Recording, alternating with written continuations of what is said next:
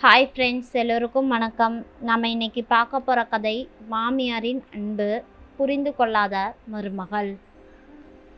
அக்கா, நம்ம வீட்டில் நடக்கிறதெல்லாம் தெரியுமா என்றான் தம்பி. அந்த குரலை கேட்கையில் ஒரு நிமிடம் பாவமாகத்தான் இருந்தது. அரசனிலிருந்து ஆண்டி வரை, ராமனிலிருந்து ராவணன் வரை ஆண்கள் மிக குறைவாகத்தான் அனுபவிக்காமல் இருப்பார்கள், இல்லையென்றால் இருக்கவே மாட்டார்கள் என்ற கருத்து வேறு. மாமியார் மருமகள் சண்டையின் பொழுது யார் பக்கம் பேசுவது என்பதுதான் அது. அதென்னவோ என் அம்மா மங்களமும் தம்பி மனைவி சுதாவும் யார் நல்லவர்கள் என்ற போட்டியில் ஒருத்தருக்கொருத்தர் சளைத்தவரல்ல. முதல் பரிசு யாருக்கு தருவது என்று நடுவர்களே திணறும் அளவுக்கு நல்லவர்கள்தான். ஆனால் என்ன செய்வது, ஒருவருக்கொருவர் எப்போதும் ஒத்துப்போவதில்லை. மாமியார் மெச்சிய மருமகளோ மருமகள் மெச்சிய மாமியாரோ இதுவரை பிறக்கவில்லை போலும். இத்தனைக்கும் தம்பிக்கு திருமணமான புதிதில் நான் மகளா இல்லை சுதா மகளா என்ற சந்தேகமே வந்துவிடும் அளவிற்கு, சுதாமா இங்க வாடா என்ற அம்மா குலைவதும், என்னங்க அத்தை என்றே கூப்பிட்டால் எனக்கு நீ வேற உங்க அண்ணி வேற இல்லை, அம்மானே கூப்பிடு என்று கொஞ்சுவதுமாக எல்லாமே பிறர் கண் படும் வரைதான் நடந்து கொண்டிருந்தது. பிறர் கண் பட்டுவிட்டதோ அல்லது விதியின் ஊழிக்கண்தான் பட்டதோ, ஒரு வருடத்தில் தம்பியின் பிஸ்னஸ் படுத்துவிடவே வீடு வாசலெல்லாம் வங்கிக்குள் சென்று படுத்துவிட்டது. அப்பாவின் பென்ஷன் கை கொடுத்தாலும் கடனில் மூச்சு திணற வேறு வழி இல்லாமல் அயலகத்துக்கு வேலைக்கு செல்ல வேண்டியதாகி விட்டது. கொஞ்சம் கொஞ்சமாக டா என்ற விழிப்பு குதிரையேற அம்மா என்ற அழைப்பு உள்ளே போனது. தம்பி இல்லாதது பிரச்சனையா இல்லை பணத்தேவை பிரச்சனையாகி விட்டதோ என்று தெரியாத புரியாத நிலையில் நித்தம் ஏதோ சச்சரவு தர்க்கம். உங்க அம்மா பண்றது நியாயங்களா என்று சுதாவும், இப்படியே தான் என்னை போட்டு வதைக்கிறா என்று அம்மாவும் அலைபேசி வழியாக என்னிடம் அளந்து கொண்டேதான் இருப்பார்கள். யார் பக்கம்தான் பேசுவது, எப்படி ஆறுதல் சொல்லுவது? மண்டையை பீத்து கொள்ளாத குறைதான் இருக்கும் எனக்கு. எப்படி பேசினாலும் உங்களுக்கு அவங்க தான் வசதி என்ற சுதாவும், உனக்கு தம்பி பொண்டாட்டி தான் பெருசு, என்ன இருந்தாலும் நாளை பின்ன சீர்கொண்டு போறவ அவதானே என அம்மாவும் இரண்டு பேரும் மாற்றி மாற்றி சொல்லுவதால் நான் என்ற வார்த்தையை தவிர வேறு வார்த்தை சொல்லுவதில்லை. கேட்பதோடு சரி. இதே வேலையை தான் என் அப்பாவும் செய்து கொண்டிருந்தார். அவளை பற்றி சொல்லுவதற்கு அம்மாவுக்கு சமையலில் ஆரம்பித்து அலங்காரம் வரை 10 குறைகள் இருந்ததென்றால் அம்மாவை பற்றி சொல்லுவதற்கு அவளுக்கு 20 குறைகள் இருந்தன.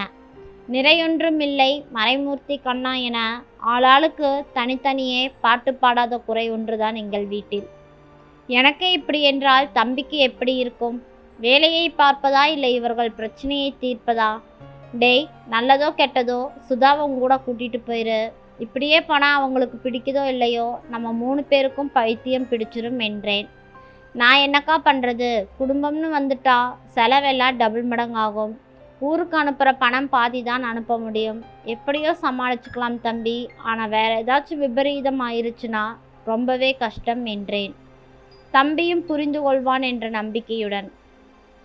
பணமில்லாட்டியும் பேராவது இருக்குமே, அதுவும் கெட்டு போச்சுன்னா என்ன பண்ணுறது சொல்லு, கொஞ்சம் யோசனை பண்ணிப்பாரு என தம்பியிடம் சொன்னதை அம்மாவிடம் சொன்ன பொழுது, ஆமாம் இங்கெல்லாம் குப்பை கொட்டியாச்சு, இனி வெளிநாட்டில் போய் கொட்டலைன்னு தான் கிடக்குதாக்கும் என்றாள். அம்மா, அவங்க கூட போயிட்டா நீயாவது நிம்மதியாக இருப்பு இல்லை என்றேன்.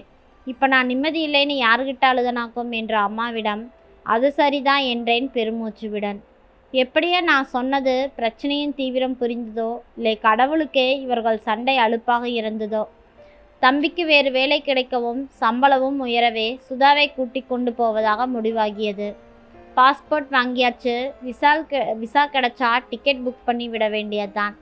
அங்கே போவதற்கு தேவையான பாத்திரம் பொருள் என எல்லாத்தையும் கொண்டு போக அனுமதிக்கக்கூடிய அளவுக்கு மூட்டையும் கட்டிவிட்டது. என்னதான் வாய்ச்சண்டை மனச்சண்டை போட்டாலும் மருமகள் போகும் பொழுது கொண்டு போக மிளகாய் பொடியிலிருந்து எல்லா வகை பொடி தொக்கு என பார்த்து பார்த்து செய்த அம்மாவை மெச்சாமல் இருக்க முடியவில்லை. தனக்காக இவ்வளவு கஷ்டப்பட்டு எல்லாம் செய்யும் மாமியார் என்பதாலோ இல்லை ஊருக்கு போகிறோம் என்பதாலோ சுதா அம்மாவுடன் இணைந்து கொண்டாள். டிக்கெட்டும் போட்டாகி விட்டது. அப்பொழுதுதான் அது நடந்தது. ஒரு நாள் விடியற்காலை அப்பாவிடம் இருந்து அலைபேசியில் அழைப்பு. உங்கள் அம்மா காலையில் வாசத்தெளிக்க வந்து கீழே விழுந்து கையை உடச்சிக்கிட்டா, நீ உடனே புறப்பட்டு வா, ஆப்ரேஷன் செய்யணுங்கிறாங்க. வயதான காலத்தில் கையை உடைத்து கொண்ட அம்மாவை பார்த்து பரிதாபப்படுவதா, இல்லை இவ்வளவு நாள் கழித்து எல்லாம் கூடி வந்த பொழுது போக முடியாத சுதாவின் நேரத்தை பார்த்து விசனப்படுவதா? ஆனால் என்ன காரணமோ, இயல்பான மனிதாபிமானமோ, அம்மாவை அருமையாக பார்த்து பணிவிடை செய்த சுதாவை நல்லா இரு என வாழ்த்தாமல் இருக்க முடியாது. யாராலும் மீண்டும் மேய்ச்சலுக்கு போயிருந்த டாவும் அம்மா என்கிற அழைப்பும் திரும்பி வீட்டுக்கே வந்து விட்டன.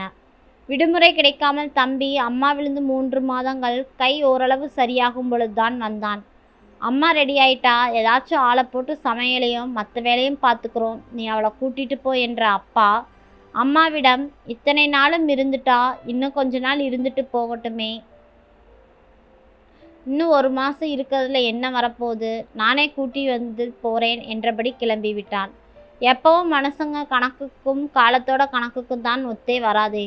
அடுத்த மாதம் சுதா குளிக்காமல் நாள் தள்ளி போய்விட சந்தோஷப்படுவதா இல்லை சங்கடப்படுவதா என தெரியாவிட்டாலும் வீட்டின் புது வரவு எல்லோருக்கும் சந்தோஷம்தான் கொடுத்தது. ஆனால் மறுபடியும் பிரச்சனைகள் தலை தூக்க ஆரம்பித்தன. மசக்கியா இல்லை வயிற்றுக்குள்ள வளரும் செக்யூரிட்டியா, எது சொன்னாலும் ஒவ்வாத தன்மை வந்துவிட்டது சுதாவிடம். மறுபடியும் என் அலைபேசி அலைய ஆரம்பித்தது. அதுவோ இதுவோ தலைச்ச நாளில் கொழுக் முழுக்கென பையன் பிறந்தான்.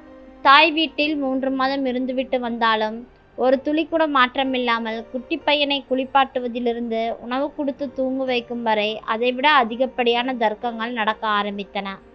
3வது தடையாக மீண்டும் புறப்பட நாள் பார்க்கப்பட்டது. ஒரு நாள் 3 மாதத்துக்கு சுதாவின் அம்மா கூட செல்வதாக முடிவானது. தம்பி வர முடியாத நிலையில் இவர்கள் மூவரும் செல்வதாக ஏற்பாடு. இந்த தடவை நல்லபடியாக சுதா கிளம்பி விட்டால் பிள்ளையாருக்கு 11 தேங்காய் உடைப்பதாக வேண்டிக் கொண்டேன். மீண்டும் வேண்டிய பொருட்களை கட்டும் பணி தொடங்கியது. இப்போது கூடுதலாக குட்டி தம்பிக்கு வேண்டியதும். உன் தம்பி பொண்டாட்டி சந்தோஷத்துல துள்ளி குதிக்கிறா என சொன்ன அம்மாவிடம், எப்படியோ நல்லபடியா இந்த தடவையாவது போயிட்டானா சரி என்றேன். சுதா போவதை விட பேரனை பிரிவது அதிக வேதனையை கொடுத்தது அம்மா அப்பாவுக்கு. போகும் நாள் நெருங்க நெருங்க புலம்பலும் அதிகமே ஆனது. நாம தான் கிடந்து புலம்புறோம், அவளுக்கு சந்தோஷத்துல ஒரு சுத்து சதையே வந்துடும் போல இருக்கு என்றாள் என் அம்மா. அதிகாலை 4:50 விமானத்துக்கு 2 மணிக்கே கிளம்பினோம். எல்லோரிடமும் ஆசீர்வாதம் வாங்கி கொண்டு கிளம்பிய சுதாவின் கண்களில் ஒரு துளி கண்ணீர் இல்லை. முகம் சந்தோஷத்தையும் வருத்தம் மாதிரி தெரியாத இனம் புரியாத உணர்வையுமே பிரதிபலித்து கொண்டிருந்தது.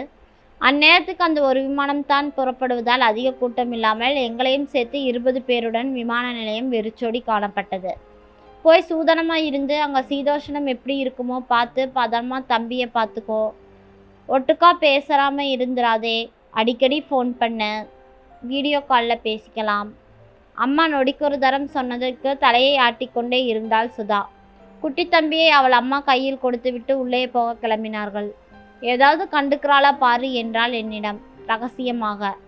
டிக்கெட்டை வைத்துக்கொண்டு திரும்பி செல்லும் வழியில் நின்று கொண்டே திரும்பி திரும்பி பார்த்து கொண்டே நடந்து கொண்டிருந்த சுதா திடீரென திரும்ப ஓடி வந்தாள். அவள் எதுக்கு இப்படி ஓடியாரா என்று குழப்பத்துடன் பார்த்து கொண்டிருந்தோம். வந்தவள் நேராக என் அம்மாவை கட்டிக்கொண்டு ஓவென அழுதா கதறியாள ஆரம்பித்தாள்.